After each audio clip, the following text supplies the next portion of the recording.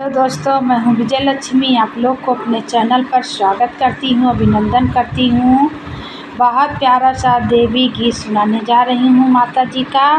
आप लोग कमेंट में बताइएगा मेरा देवी गीत कैसा लगा। फुल आवाज करके सुनिएगा भाई बहन, तभी गीत अच्छा लगता है। तो देर न करते हुए सुनाते हैं। सब यूट्यूब फैमिली को जय श्री राम, राधे राधे। घेरे बाट माई देखो दुख के बदरिया है मयरिया मुअरी नाय। खोल दया के केवड़िया है मयरिया मुअरी नाय। घेरे बाट माई देखो दुख के बदरिया है मयरिया मुअरी नाय। खोलो दया के केवड़िया है मयरिया मुअरी नाय। खोलो दया के केवड़िया है मयरिया मुअरी नाय। आई माझधार फांसी हमारी नेवरिया है मयरिया हमारी नाय। खियवो बन के पातवरिया है मयरिया हमारी नाय। खियवो बन के पातवरिया है मयरिया हमारी नाय। घेरे बाट माई देखो दुख के बदरिया है मयरिया हमारी नाय। खोलो दया के केवड़िया है मयरिया हमारी नाय। खोलो दया के केवड़िया है मयरिया हमारी नाय।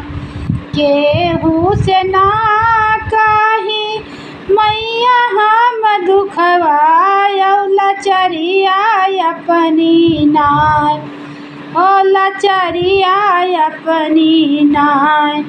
खोलो दया के केवड़िया है मयरिया मुअरी नाय। खोलो दया के नजरिया है मयरिया हमारी नाय। घेरे बाट माई देखो दुख के बदरिया है मयरिया हमारी नाय। है मयरिया हमारी नाय। खोलो दया के केवड़िया है मयरिया हमारी नाय। खोलो दया के केवड़िया है मयरिया हमारी नाय। अपने ही बेटिया पर मैया फेरो नजरिया है मयरिया हमारी नाय। अपने ये बेटिया पे फेरी दो नजरिया है मयरिया हमारी नाय। हे मयरिया हमारी नाय। आई तुहरे दुआरिया है मयरिया हमारी नाय। ठाड़े बाटी तुहरी दुआरिया है मयरिया मुअरी नाय। घेरे बाट माई देखो दुख के बदरिया है मयरिया मुअरी नाय। खोलो दया के केवड़िया है मयरिया मुअरी नाय।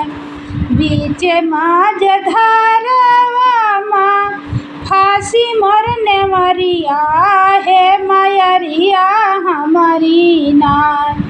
खियवो बन के पातवरिया है मयरिया मुअरी नाय। खियवो बन के पातवरिया है मयरिया मुअरी नाय।